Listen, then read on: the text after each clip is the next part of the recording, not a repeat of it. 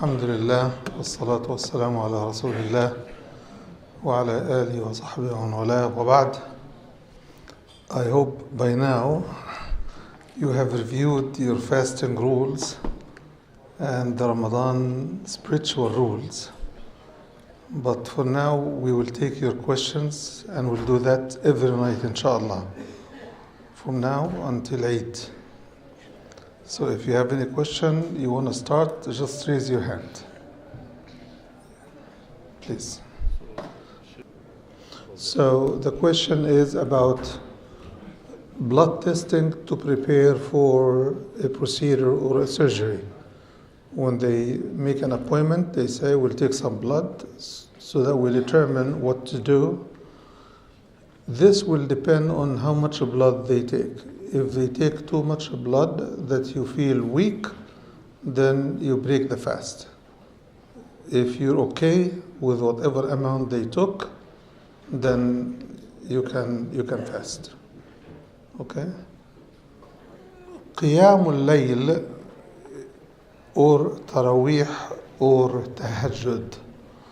All of these are one and the same type, because all of it requires the person to stand up at night in prayer. This is where the word qiyam comes in. So if it is right after Isha as we do, it is called Taraweeh.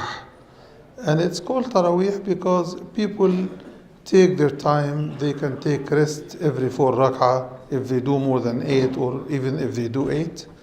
And they can rest. It's Taraweeh, which means from Raha Yaruh. It is good for the Ruh. It is good for the spirit. Okay? Qiyamul Layl is actually the best time for Qiyamul Layl is Qiyamul Layl before the Fajr, which is the last third of the night. Okay? And this is called tahajjud. وَمِنَ اللَّيْلِ, which is a late night, فَتَهَجَّدْ بِهِ نَافِلَةً لَكَ. التهجد هي الصلاة in which the reading is much longer than the rest of the prayer. The reading is much longer than the rest of the prayer. Sayyidah Aisha radiallahu anha, she used to describe the tahajjud of the Prophet sallallahu alaihi wasallam, and she says that he would stand up until you think he is not going to make ruku'ah.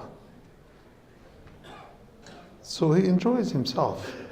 Tahajjud is to go as far as your body and your spirit allow you. Okay? And you could go as long as many rak'at as you want. But she said that the Prophet ﷺ never prayed at night more than 11 rak'ah. More than 11 rak'ah. But that is her account, which means others could have other accounts. Yes. It is okay to go to clean your teeth when you are fasting, and that type of bleeding, if you have to clean your teeth and some blood comes out, it's okay, so long as you don't swallow it and you don't swallow the tools the doctor is using. Of course. One other question. Yes. It's okay to use perfume while fasting. Yes. If a person prays in a masjid where they pray 20 rak'ah, not just 8, are you allowed to pray 8 and go? You know that we have here in the masjid people who pray 4 rak'ah and go. So this is nafilah. This is not mandatory. One of the things that we need to change and adjust to is the fact that Taraweeh is a sunnah. Maghrib is fard, Isha is fard, right? Dhuhr and Asr and Fajr are fard, which means they have more importance in the eyes of Allah than the nafilah or the sunnah.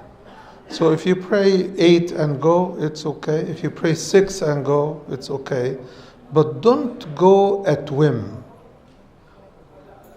Go if you cannot continue. But if you can continue, because in masajid where they pray 20, they don't make them as long as you do when you make 8. So don't rush yourself by the number of rak'ah. In Egypt, a country that I'm familiar with, the awqaf, they get some sheikhs who would read قُلْ هُوَ اللَّهُ أَحَدٍ in 3 rak'ah. قُلْ هُوَ اللَّهُ أَحَدٍ Allahu Akbar, Allahu Samad, Allahu Akbar, and they make ruku'ah. It's like this. So you could pray 20 rak'ah in a time less than what we read in 1 rak'ah. This is fast forward Taraweeh or drive through Taraweeh. Yes, Yunus. Why do we pay Zakatul Fitr? Yeah, very good question. Zakatul Fitr is reasoned in the hadith of the Prophet ﷺ to cover the need of the needy people for 1 day, which is the Eid day. That's why Zakatul Fitr has to be paid before Eid prayer. It has to be paid before Eid prayer. If you do not pay it before Eid prayer, it becomes a charity. And it's not going to cover for Zakatul Fitr. The purpose is to cover the need of the needy on that day. He says, اغنوهم عن السؤال في هذا اليوم. Cover their needs so that they don't go out begging on that day. Thank you. Very good question. Yes. Alaykum assalam. If you have a family member who is too sick to fast or too old to fast, besides, they are too sick or too old to make up the fast, because these are two different things. Somebody could not fast Ramadan consecutively, day after day after day, but maybe after Ramadan they can fast a day a week, a day every other week, whatever. So I am explaining the conditions, okay? In this case, fidya, or do you know what the Quran says? إطعام مسكين. فدية طعام مسكين. To pay a fidya, to feed one poor for each day they break the fast or they do not fast. Okay? This fidya is estimated exactly like the value of one meal, which is about $12. So you pay $12 for each day that they do not fast. Okay, very good questions. Yes. 1 hour flight. 1 hour will take you like as far as New York, right? Yes, you can fast. If you're traveling, you can fast. Yes. Alaykum assalam.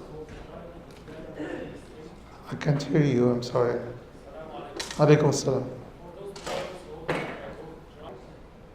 If you're driving across the state lines, you mean in the Virginia, Maryland, just between interstate travel. How do you manage?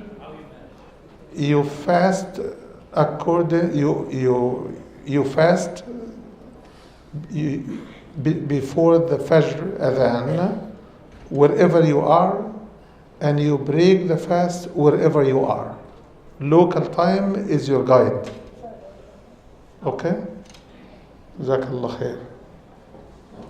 This is different from somebody whose business, for example, is to travel across time zones. Let us say we have a pilot who flies airline from DCA to LA, for example.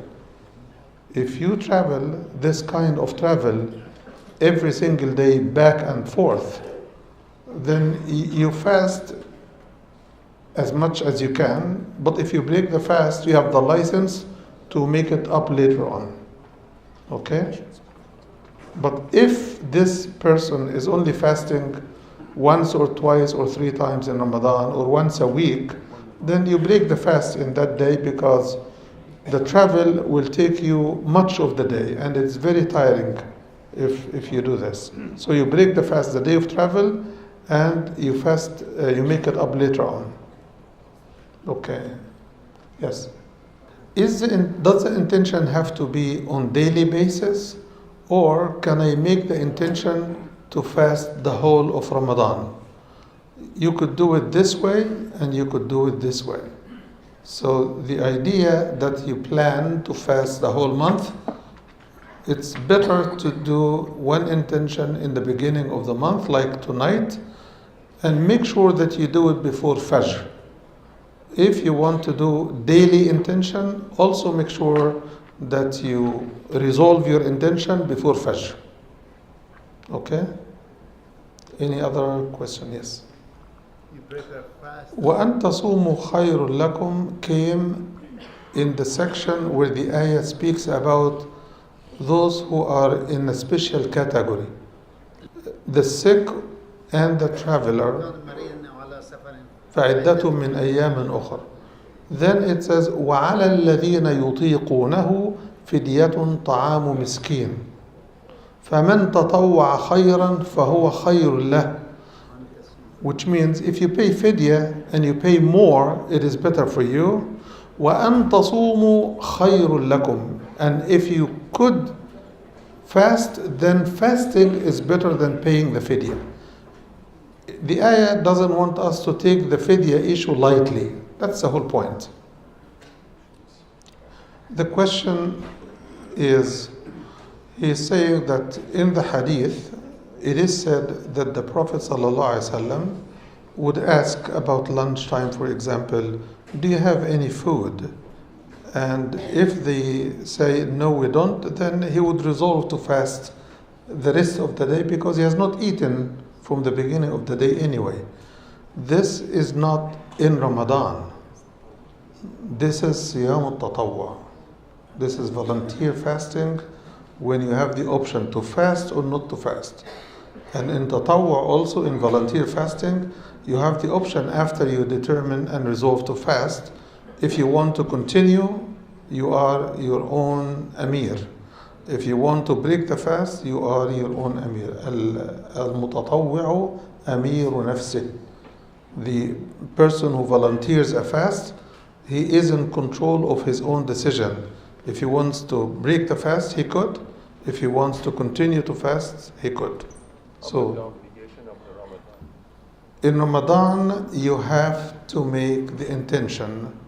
And all the scholars agree that the intention is to be made before Fajr, because the intention must precede the ibadah itself. It is like prayer. Can I enter into the prayer and in the second rak'ah I make the intention? Can I? Can I enter the prayer as sunnah and then change my mind and make it fard inside the prayer? The hadith says, إِنَّمَا الْأَعْمَالُ بِالنِّيَّاتِ.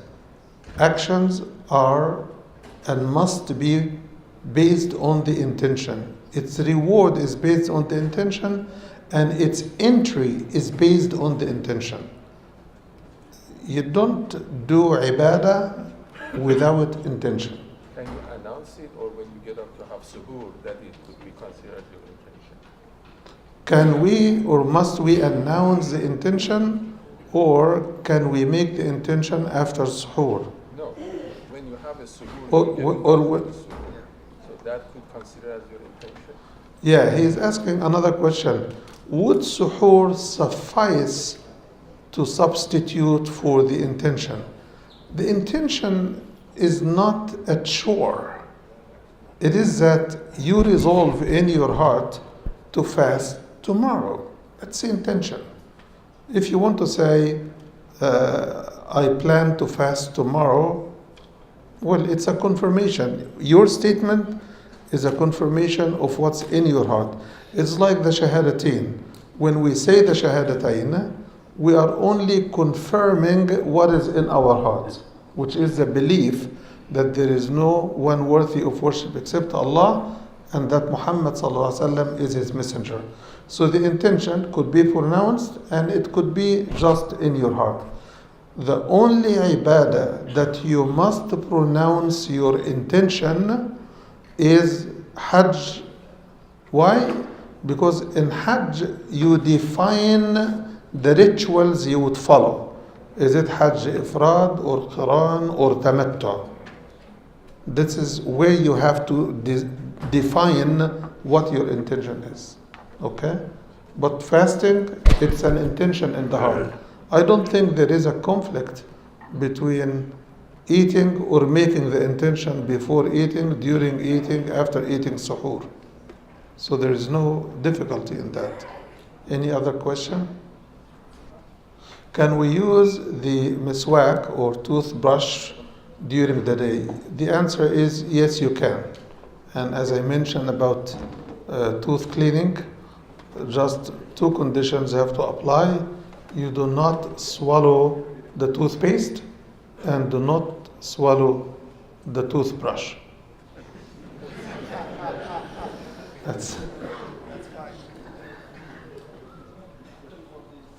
What is the condition for making qasr when you travel? The condition is when you leave the town boundaries. You leave the houses, you leave all the construction, all the urban areas, and you start getting out either in the fields or in the open or in the desert or on the highway. As soon as you take off and you're beyond this point, you are on travel. Before that, whatever time between Fajr and that point, you are still in town and you must be fasting. So breaking the fast because I am traveling cannot precede the actual travel itself. Yes. Could the family make group dua before? Yes, you could, and it's not the preferred way. The Prophet ﷺ took breakfast with his family, took breakfast with the companions, and we don't have any record that he would make a dua and everybody will say Ameen before the breakfast. But everybody would pray their way.